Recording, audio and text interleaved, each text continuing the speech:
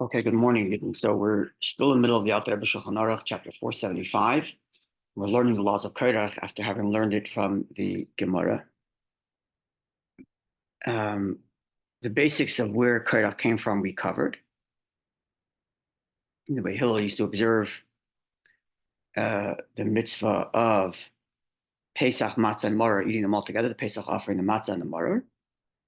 And we understood from the way the Alter Rebbe interpreted the Gemara that nowadays, the reason we're eating the sandwich is because, in Hillel's view, that's the proper way to fulfill the rabbinic commandment to eat maror nowadays. Right? It's a rabbinic commandment to eat maror. In temple times, the maror is only relevant. Well, the maror is only biblical when you have Pesach. We have no Pesach, so we're rabbinically told to eat maror to remember that they used to eat maror when the temple stood. And in Hillel's view, the maror is only eaten together with the matzah and the Pesach, and therefore you have to eat the maror with the matzah in order to fulfill the mitzvah, the rabbinic mitzvah of maror according to Hillel. That's what we learn. The other sages are of the view, in temple times, you could eat the matzah, Pesach, matzah, maror together, but you don't have to. And therefore, the rabbinic mitzvah to eat maror is to do it the same way it was in temple times, which is to eat it alone, because that's what you're able to do. And therefore, if you were to take matzah and put it with your maror, you'd be taking matzah, which is only optional because you already did your biblical mitzvah of matzah, and eat it with your maror, which is your rabbinic mitzvah, and the optional matzah would overpower the flavor of the rabbinic maror, and therefore you should not put your matzah and maror together. And therefore we have maror alone to fulfill that opinion, and the maror and matzah together to fulfill Hillel's opinion. That's what we learned. So that's what we learned about the basics of the mitzvah of maror. And then yesterday we learned the last 2 days, yesterday specifically, we learned that considering that it's all really one mitzvah, the matzah, maror, Pesach, it's all one mitzvah. Sorry, matzah, maror, and then the sandwich is all one mitzvah. Therefore, one should avoid making any interruptions. Oh, I don't have the Shulchan Aruch, another one. Sorry, I don't have another copy of that. Sorry. Okay, so where was I? Oh, considering it's all one mitzvah, the matzah and the maror, and then the sandwich together. Therefore, we learned yesterday that from when a person makes the bracha to thank Hashem for the mitzvah of matzah until after he's done the sandwich, he should not talk. There's like one continuous mitzvah. The bracha of the matzah he wants to extend to the sandwich, and the bracha of maror he wants to extend to the sandwich, because in Hillel's view, that's the way you're doing it properly. Right? There's an extension of the mitzvah of maror and matzah. And therefore, no talking. And we learned the halachas of that. If you did make an interruption, should you go back? When you made your interruption, we learned that all yesterday. Now, today, we get to how it's eaten. First, the question of whether you should lean. Should you do heseba? Should you be leaning? And the second question is literally, how should you be eating it? How should you be consuming it? That's going to be the two halachas we're going to address today. And then chapter 20, halacha 22, we're going to go back. We're not going to go there right now because that's halachas of maror, of what Alan keeps on asking about that, about what kind of maror, well, actually, basis about what to dip, what vegetable to use to dip. So we're going to get to all of that when we get to the Gemara that discusses what vegetables to use. Okay, so let's learn halacha chaf. Krichazu, this wrap, this sandwich, and the Alter Rebbe Shulchan Aruch, 20. The other packet is the Rebbe Sagada on Korach, because once we're done Alter Rebbe Shulchan Aruch, we're going to go to the Rebbe Sagada on Korach, which we're going to learn. Just full disclosure, I did not learn the Rebbe Sagada yet on Korach. I mean, I learned it. I didn't learn it in preparation specifically for this class. We're going to learn it together. So we'll learn it together. And my Emir Hashem, the plan is our 3-course Erev Pesach in depth in the Rebbe Sagada. The plan is to learn the Korach files. The Korach file, not Korach. Not Korach. Yes, correct. Not Korach, Korach. Yes. We're going to learn the Korach files. That's the plan. And we're going to go from the Gemara down to the Alter Rebbe Sagada, because you'll see the Rebbe Sagada has some beautiful insight in the halachic understanding of what Korach is all about, and why Chabad does it in a very specific way. And we're going to unpack that, God willing, over the 3 classes that we do before Pesach. That's the plan, B'ez Hashem. But for now, we're just going to learn it together, kind of. So you're at my first preparation for the classes that come before Pesach.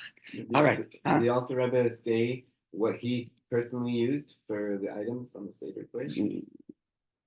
What do you mean? Like, there are different customs, right? Yeah, we know. We know. People. A lot of it makes it down to the Rebbe Sagada. A lot of it's collated in the Rebbe Sagada. Some of it's halacha, so you stay. But then when it comes to like custom, Most of it makes it either into the Rebbe's Siddur itself, and Tiz Agada, like his commentary to the Siddur, Right. and his instructions to Agada, or the Rebbe's commentary. A lot of the Rebbe's commentary is the official title of the Rebbe's commentary is Collection of Customs and Reasons. So he's going to collect their customs that are Chabad specifically. So a lot of times you'll see in the Rebbe's commentary, the Chabad custom is to do X, or the custom at the Rebbe's household was to do X. Right. So we'll have that. Okay, halacha 20.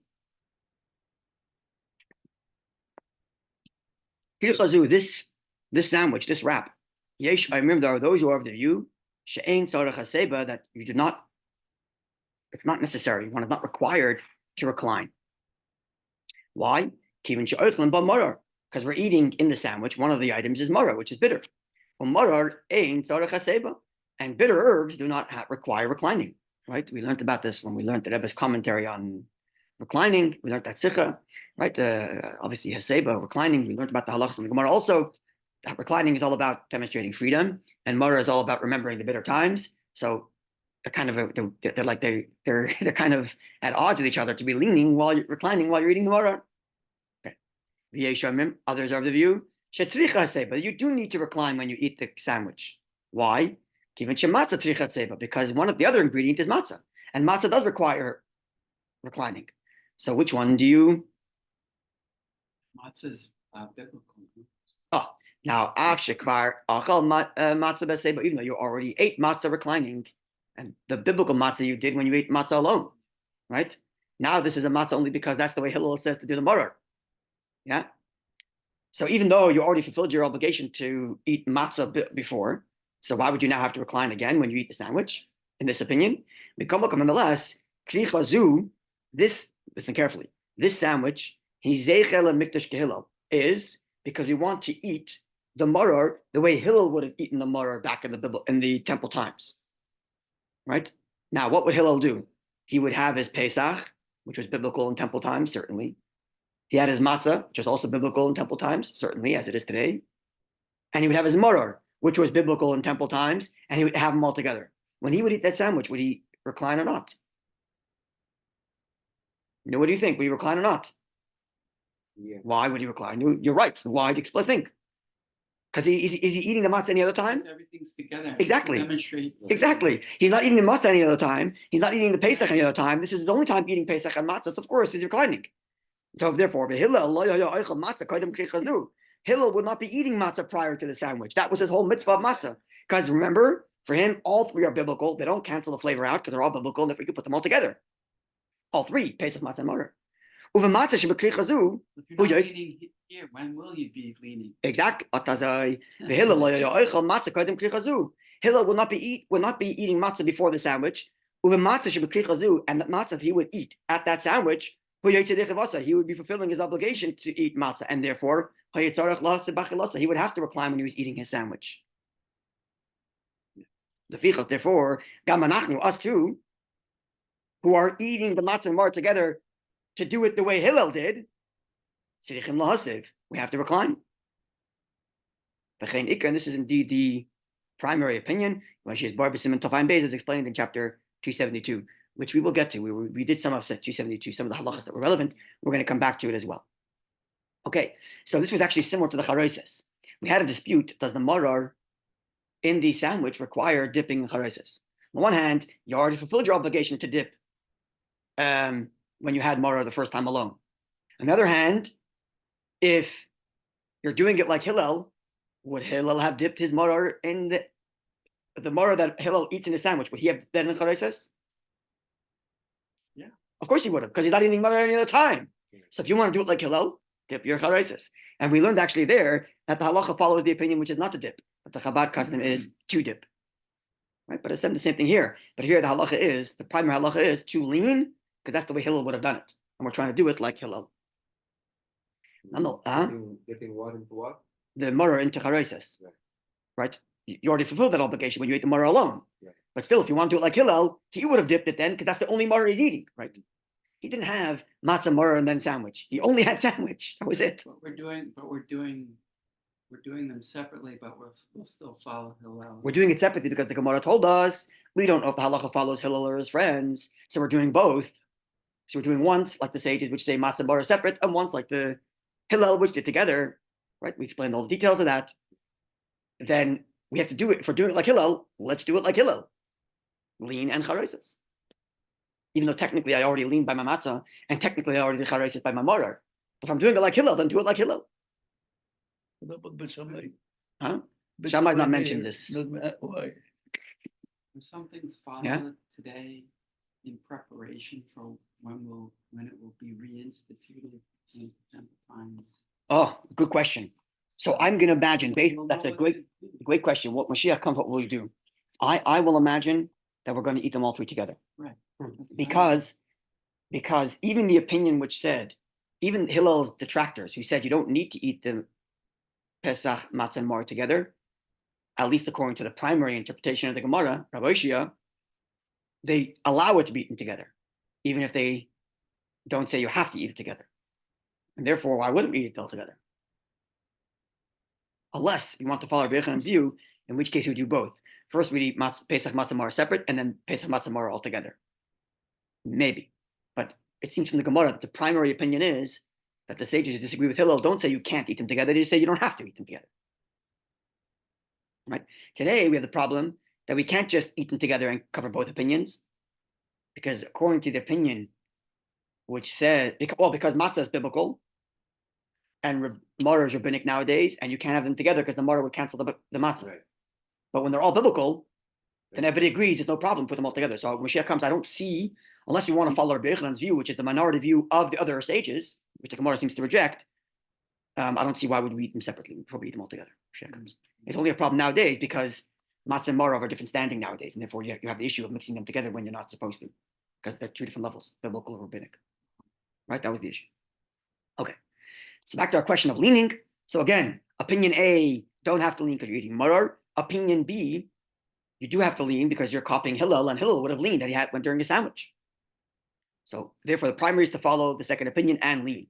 Nonetheless, b'diavad, in post factum, sheshachach, you forgot, v'achal, and you ate the sandwich, but without reclining. Do you have to eat it again? So it says, yesh lismech al svarad rishona. You can rely on the first opinion. The ain't tzarich lazer v'lecha b'aseh, but you don't have to eat it again when reclining. When it comes to the matzah, your first matzah, which is biblical, we learned if you don't lean when you eat your matzah, you got to eat it again because you didn't fulfill the mitzvah of reclining, right? We learned this. Right. Is reclining a part of the matzah? Is the matzah part of reclining? And because they are both, because it's both, therefore there is an element of independent obligation to lean, and there's an element of your matzah requires leaning, and therefore if you forget to lean during matzah, you got to eat it again. There's a whole question: do you make a bracha again? That was their discussion, right? Yeah. But here, when it comes to the kairach, there's a dispute, and one opinion says you don't have to recline by matzah, by sandwich. So if I didn't, yeah, I should. If I didn't, I can rely on that opinion and no need to eat it again. Okay, now comes an interesting halacha, which for whatever reason I don't hear it being talked about enough. My father is very particular about this. Actually, he would I knew this from him. My father is very particular on the Seder night. I want a lot of these details from him. So but this, for some reason, it's not highlighted enough, and it's a very interesting halacha. You'll find it very interesting, I think. Halacha 21, Chav Aleph. Hamatz. This is our final halacha, and then we'll go to the Rebbe Zagada. Hamatzah v'hamaror shebekri chazu. The matzah and maror of this sandwich. Sarich levloya oisan bevas achas. You have to swallow them at once. Wow. The matzah and maror together in singular bite, the singular swallow. Wow. Based on our Gemara. We'll get there. But the matzah and maror must be swallowed together. That's the whole point here. Not just that they go in your mouth together, and not just you hold them in your hand together. Swallow it together. Well, if they're in your mouth together, you can only swallow them together. Well, it depends how you chew them, right? No, You can't separate them in your mouth. Depends how you chew them. You could in theory. Yeah. You can chew. It's a But I'll tell you what happens, because matzah is much bigger, okay, and maror is much smaller. So people put the maror in the center of the sandwich, and your first 5 or 6 bites don't even have matzah on it. Don't even have maror until you get to the maror in the middle. And my father was particular to push the maror to the edge. So in the first bite, you get matzah and maror in one bite. And this is based on the Gemara's language. Right? The Gemara that we learned, the language is levloya, to swallow them. Or laloya, what was the language in the Gemara? I'm looking at the Gemara, 1 second.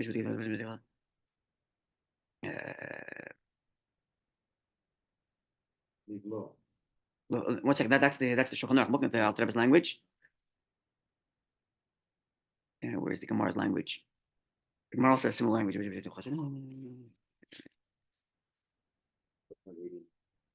He says to look at our Gemara. What does he say there? No, just says to look at our Gemara, right? Maybe we'll get some. No, it says. What does it say? Read. What does it read? Starting 115a. Our Gemara, yeah. Well, I know, but there's a paragraph. Okay, what does it say? See also subsection 6 above, where the Alter Rebbe mentions swallowing the entire. Okay, we'll get there in a second. We'll get there in a second. Hold on. Yes. We'll get there in a second. Yes. Okay, so you have to eat them both in one and swallow them together. Now, in the first instance, this is what you were referring to. Yizar, you should be very careful. Lavloya kola kazayas matzah, the entirety of the minimum portion of your matzah, which would be an olive size. And bevas achas, in one shot, in kola kazayas maror, with the entirety of the kazayas of maror, kashem rusakim befiv, when they're completely crushed in his mouth and chewed up in his mouth. So you have to. So they're not combined. They don't combine. They do. Oh no. Yes. You have the have kazayas of each. So you have the minimal portion of matzah, minimal portion of maror, which is a kazayas. Your sandwich in the end is much bigger than it has to be, because that's how we are. We double everything up. We eat more just to be careful. Fine. But let's just go with the bare minimum, the halach of what a kazayas is, which we learned to something like 3.5 fluid ounces, 4 ounces. Yeah. Let's just say it's 3.75 ounces. Yeah. Oh, isn't that Levius. Arvius? Oh, that was a revius. Right. Sorry. Kazayas is. Oh, yeah, I'm not going to get into how big kazayas is. Anyway, not for now. You're right. That's a revius. Okay. Let's just say you have the olive size of matzah, olive size of maror. You take that in a bite, which means you have to take 2 or 3 bites of it before you swallow. Chew it all up in your mouth and swallow all of it at once. These 2 kazayas, one matzah and one maror. Yeah. And this is referring to the footnote where the Alter Rebbe there says the same thing about eating the matzah and maror. But they also have to be eaten the full kazayas in one swallow. And if there, less is difficult, he says you don't have to do that. So the same thing here. But here it's 2 kazayas at once. Okay. Have a good Shabbat Shalom. Now it continues. Ellen came only if Karshalov, it's difficult for him. Levloya Beis Hazesim, to swallow 2 olive-sized portions of asachas in one gulp. It's a difficult thing to do, right? Which means you have to take 5 or 6 bites without swallowing. Especially the matzah, it's dry. Matzah's dry, Yeah. and you gotta chew it all up in your mouth, and store all that in your mouth, and swallow it all at once. It's hard, right? So then, then you can eat your 2 kazesim in piecemeal, swallow them in piecemeal. But in each bite, you have to have a mix of matzah and maror together until you meet your kazayas Right. of each. Multiple swallows. It could be multiple swallows, but still each one with matzah and maror together. Right. And then then then you eat a little bit of your kazayas of matzah maror together, that swallow together. Then again, a little bit of matzah maror together, swallow, until you reach the point where you eat both olive size, which means each bite of the first 6, 7 bites, which is your kazayas, let's say 5 bites and 6 bites, however big your mouth is, has to be matzah and maror together. So really, you got to take the maror, push it to the edge of the sandwich, and bite it that way. Unlike I see all the time, people put. Yeah. It's something that's So not it's- highlighted I enough. don't think people We'll are repeat that. very Huh? particular about Say again. I don't think people are very. That's what I'm saying. It's No. it's an interesting halacha that people it's overlooked a little bit. I'm saying, like, so you can't just not just stand here like doing a mitzvah by eating these things. You have to be very focused. And the same way you are focused when you're putting on your tefillin to make sure it's wrapped properly, to make sure your mind is clear, make sure Right. you're focused. The same thing applies to the mitzvah of matzah and maror, even though you're at the seder and you just drank 2 cups of wine. You just drank Right. 2 cups of wine, Yeah. and I it's mean, a pleasant experience and all, but it's a mitzvah. It's got to be focused, right. right? With kavanas. Yeah. My father always begins when he gives. I mentioned this yesterday that because you're not allowed to talk from matzah till after maror before we go, which means you can't talk, which means you can't talk from before you wash, because you can't talk between washing and eating either. Right. So which means before ratzah, you're not talking till after kodesh. So my father always gives the instructions before ratzah. Gives all the instructions of what we're going to be doing, and has everybody ready with their matzahs and maror and everything, telling them what's going to be happening. And then he always makes his announcement that we're not nibbling on matzah to remember what matzah was. We're not nibbling on maror. You're fulfilling a mitzvah, and the mitzvah is to eat a meal of matzah. A meal of matzah has a designation. You have to eat X amount in X amount of time without talking. And then again, the same thing, which is a kazayas. You have to eat full kazayas in the span of 4 minutes, leaning to your left without talking. And the same thing with the maror, and the same thing with both the matzah and maror together. It's a mitzvah. Same way you have the focus and attention when you're putting on tefillin, and focus and attention when you're eating matzah and maror, and you're doing it correctly. But a kazayas of matzah is much bigger than a kazayas of maror. Kazayas is a kazayas, it's the same thing. No, but I'm saying like We end up being, you know, saying, Wait, but I'm saying like let's say it's kazayas is a measure maror of should volume. be this big, but a matzah has to be a third of the board, third of a. We say that because first of all, when we say a third, because we're doing double portions, Oh, and even then because we're being extremely machmir about the size of portions. really a sixth then. Yeah, it's much smaller than it's much smaller than reality. I don't want to go down the rabbit hole of measured because it's a whole to do about how you measure things. But the bottom line is, for many, many years, Jews in Europe did not have olives. Oh. Olives is a Middle Eastern thing. Right. So when they're learning in the middle of wherever, when they would know Ukraine or go farther back to Rashi's times, and you're living in mines Okay. or worms, you're living on the Rhineland, and you haven't seen an olive, and you're trying to deduce from the Gemara's descriptions of what olives are vis-a-vis eggs, vis-a-vis this, vis-a-vis dates. You don't have dates either. What about kibetza? Kibetza, they had eggs, right? Yeah. Eggs they had, but they had to like measure the olives vis-a-vis the eggs from the various different sources about what it says, and the same thing with the dates and with the egg, with the shell, and it says they're medium-sized olives, small olives, big olives, medium-sized. What's a pit? What's a pit? All of these things. So it ended up being that the olives are much bigger than they need to be. aren't we Our eating- olives are much bigger than they need to be. So in other communities, in the Middle Eastern communities, they much less they require the eating of much less matzah than we do. Hmm. Yeah. Anyway, the bottom line is it's much bigger than we need to be. Wow. It's how much is the volume of an olive? It's a volume. It's a measure of volume. Right. How much is it really? But not only that, It could be the size of your palm. Besides a credit card, exactly. Right. In theory, but the truth is we eat more. Don't Right.